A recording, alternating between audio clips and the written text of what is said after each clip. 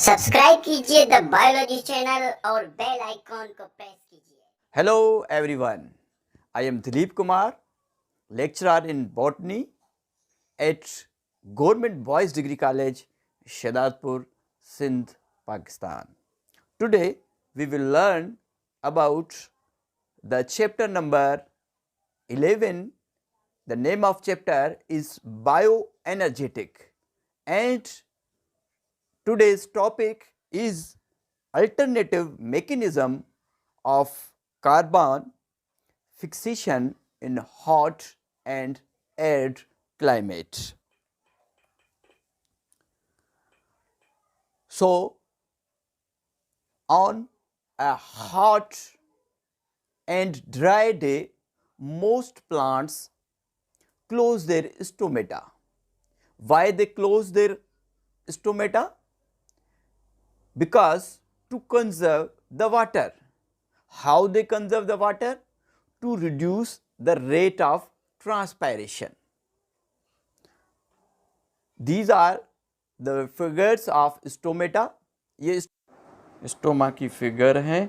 यहाँ पे आप देखेंगे कि स्टोमा आपको ओपन नज़र आ रहा है। ये दो गार्ड सेल हैं और ये जो होल नज़र आ रहा है ये ओपनिंग है। स्टोमेटा आपको पता है कि लीफ में मौजूद होता है और ये टाइनी पोर्स होते हैं। इसमें आप देख सकते हैं कि यहाँ पे कोई भी गैप नहीं है, इसका मतलब स्टोमा क्लोज है। ये स्टोमा क्लोज क्यों है?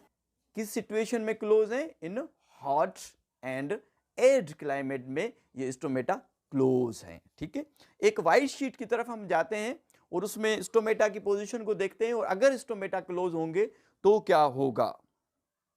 ये एक मैं लीफ बना रहा हूं। इस लीफ में अगर हम स्टोमेटा को देखेंगे, स्टोमेटा यहाँ पे मौजूद होते हैं, टिनी पोर्स मौजूद होते हैं। ठीक है, जब एरिड और हॉट कंडीशन होगी ये स्टोमेटा क्लोज हो जाएंगे तो कार्बन डाइऑक्साइड की एंट्री भी कम हो जाएगी। ये पार्शियली क्लोज होंगे और कार्बन डाइऑक्साइड की एंट्री कम हो जाएगी और यहाँ पे जो एयर स्पेस है, ये जो क्या है, एयर स्पेस जो पत्तों में मौजूद होता है, एयर स्पेस में कार्बन डाइऑक्साइड की कंसंट्रेशन, कार्बन डाइऑक्साइड की कंसंट्रेशन क्या हो जाएगी? लो। और क्योंकि फोटोसिंथेसिस का प्रोसेस गोइंग ऑन है, इसमें फोटोसिंथेसिस का प्रोसेस गोइंग ऑन है और फोटोसिंथेसिस के प्रोसेस में जो बाय प्रोडक्ट होती है वो क्या होती है? ऑक्सीजन होती है। तो अब क्या होगा कि ये जो एयर स्पेस है यहाँ पे ऑक्सीजन की कंसंट्रेशन क्या हो जाएगी? हाई। ऑक्सीजन की कंसंट्रेशन यहाँ पे हाई हो जाएगी और जो कार्बन डाइऑक्साइड है उसकी कंसंट्रेशन लो हो जाएगी। तो इस सिचुएशन में क्या होगा कि एक प्रोसेस होगा जिसको प्रोसेस को हम क्या कहेंगे? Photo respiration. ये एक वेस्टफुल प्रोसेस होगा। यहाँ पे इस इमेज में आप देख लें कि ये जो आपको नजर आ रहे हैं ये क्या है? ये एयर स्पेस है। ठीक है, एनाटॉमी हम देख रहे हैं लीफ की। ये एयर स्पेस है, यहाँ पे का ऑक्सीजन की कंसंट्रेशन ज्यादा है और कार्बन डाइऑक्साइड की कंसंट्रेशन कम है। क्यों? स्टोमेटा क्लोज है। ठीक है, तो यहाँ पे एक प्रोसीजर होगा, प्रोसेस होगा जिसको हम क्या कहेंगे? फोटो रेस्पिरेशन कहेंगे। ये certain plants two alternative mechanism have been evolve for the carbon fixation. अब कार्बन तो चाहिए ना फोटोसिंथेसिस के केल्विन साइकिल को रन करने के लिए और शुगर बनने के लिए कार्बन जरूरी है। तो कार्बन बनने के लिए कार्बन डाइऑक्साइड चाहिए। तो कुछ प्लांट्स हैं जिनमें कि एक इवोल्यूशन हुई है और उस इवोल्यूशन के तहत उनमें अल्टरनेटिव मैकेनिज्म है जो कि कार्बन डाइऑक्साइड को फिक्स करते हैं। और वो दो किस्म के प्रोसीजर होते हैं, एक C4 फोटोसिंथेसिस या इनको C4 प्लांट्स भी कहते हैं और दूसरा क्या है? ये कैम क्रैसुलेशन एसिड मेटाबॉलिज्म। दो तरह के जो है अल्टरनेटिव कार्बन फिक्सेशन के मेथड्स हैं। ठीक है, नंबर 1 को हम डिस्कस करते हैं जिसको क्या कह रहे हैं हम? C4 पाथवे और C4 plant. C4 plants so named, इसको इसलिए कहा, इसका नाम क्यों पड़ा, because the first product of photosynthesis in C4 plant में जो फर्स्ट प्रोडक्ट है किसकी, फोटोसिंथेसिस की, that is oxaloacetate, and the oxaloacetate is a 4 carbon compound. 4 carbon, oxaloacetate क्या है, 4 कार्बन कंपाउंड है, और जो 4 कार्बन कंपाउंड है वो रिलीज करती है carbon dioxide to Calvin cycle. Calvin cycle को रन करने के लिए जो 4 कार्बन कंपाउंड है जो कि एसिड है, ये जो है कार्बन डाइऑक्साइड रिलीज करता है किसके लिए, केल्विन साइकिल के लिए।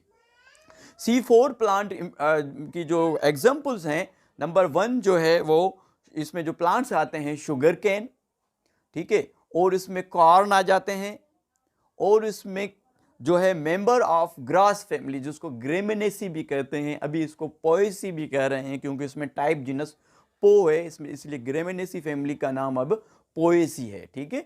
तो ग्रास फैमिली के भी इसमें प्लांट्स आ जाते हैं। अगर आप इस फिगर को देखेंगे, C4 प्लांट्स की लीव्स की हमें एनाटॉमी समझनी है कि इसमें 2 टाइप्स के सेल होते हैं। There are 2 types of cells. एक ये जो आपको सेल नजर आ रहे हैं इसको मीजोफिल सेल कहते हैं। ये जो मीजोफिल सेल हैं, ये वाला पोर्शन मीजोफिल सेल है, और जो ये वाला सेल है इसको क्या कहते हैं, bundle of sheath cell. Mesophyll के बाद ये जो सेल है इसको बंडल ऑफ शीथ सेल कहते हैं।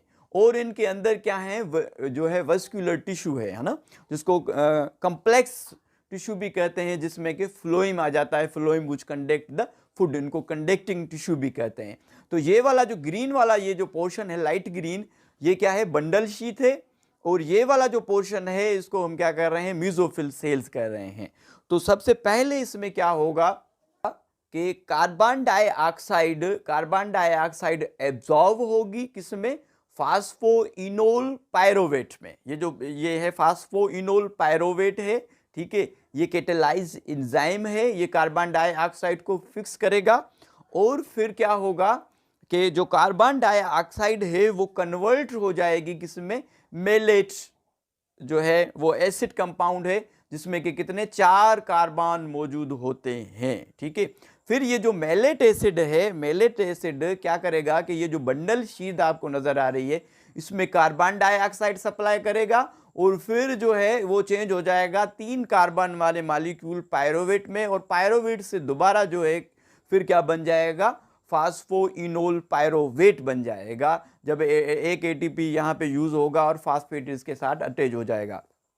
तो कार्बन डाइऑक्साइड की जो अल्टरनेट मैकेनिज्म हो रहा है मीजोफिल सेल में, और जो 4 कार्बन एसिड है वो कंपाउंड है वो क्या कर रहा है, कार्बन डाइऑक्साइड सप्लाई कर रहा है, और ये जो कार्बन डाइऑक्साइड है ये क्या होगी, केल्विन साइकिल में जाएगी, और केल्विन साइकिल में आपको पता है कि कार्बन डाइऑक्साइड की फिक्सेशन होती है, और यहाँ पे एक और एंजाइम होता है जिसको रुबिस्को एंजाइम कहते हैं, ठीक है। यहाँ पे रुबिस्को एंजाइम के साथ बहुत सारे मरहलों में कार्बन डाइऑक्साइड गुजर के फिर हमें क्या मिलेगा, पिगाल मिलेगा, और उसके बाद शुगर मिलेगी। यहाँ पे इस तरीके से ये अल्टरनेट मैकेनिज्म होती है किनमें, C4 प्लांट्स में, ठीक है।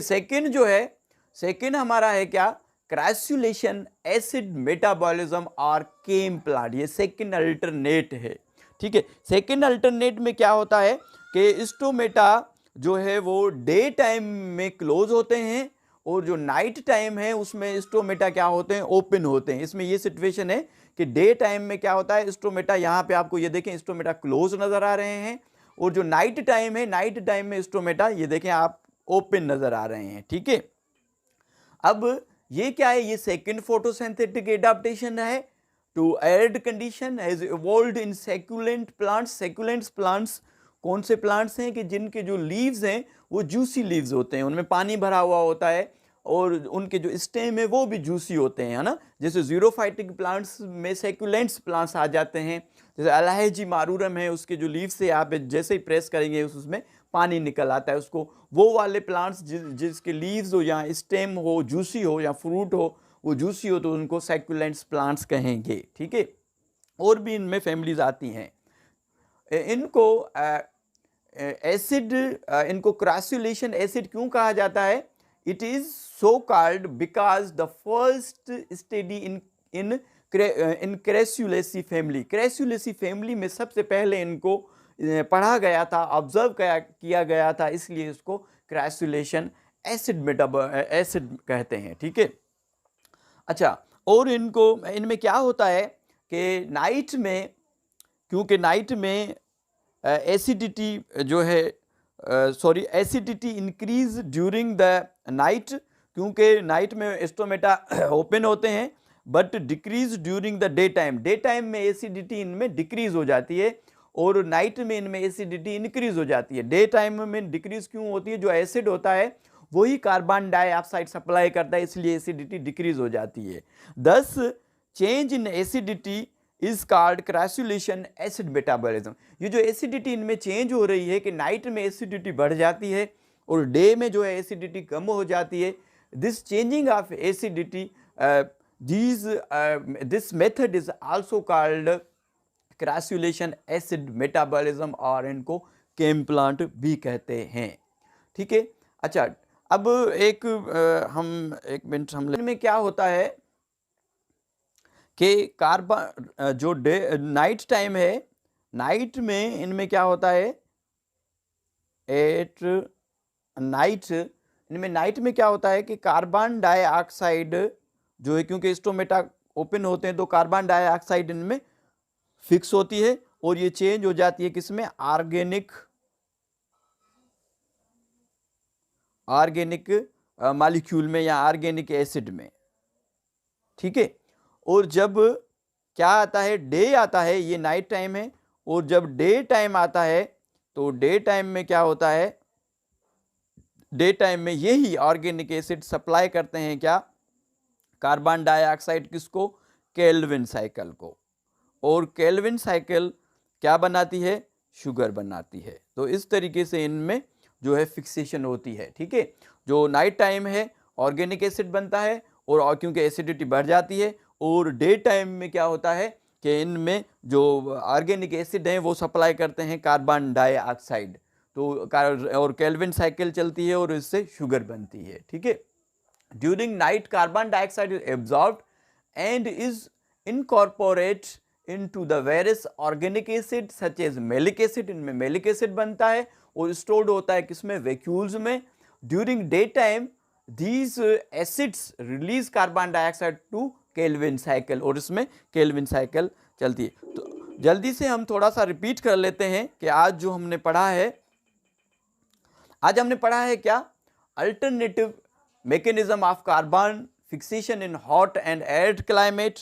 इसमें हमने देखा कि जो हॉट एंड एरिड क्लाइमेट है उसमें स्टोमेटा, कुछ प्लांट्स हैं जो क्लोज कर देते हैं। जब स्टोमेटा क्लोज करते हैं तो लीव्स के जो एयर स्पेस हैं वहाँ पे कार्बन डाइऑक्साइड की कमी हो जाती है और ऑक्सीजन की कंसंट्रेशन बढ़ जाती है। ऑक्सीजन की कंसंट्रेशन बढ़ने और कार्बन डाइऑक्साइड की कंसंट्रेशन जो है कम होने की वजह से एक प्रोसेस होता है, वेस्टफॉल प्रोसेस होता है, जिसको कहते हैं क्या? फोटो रेस्पायरेशन कहते हैं।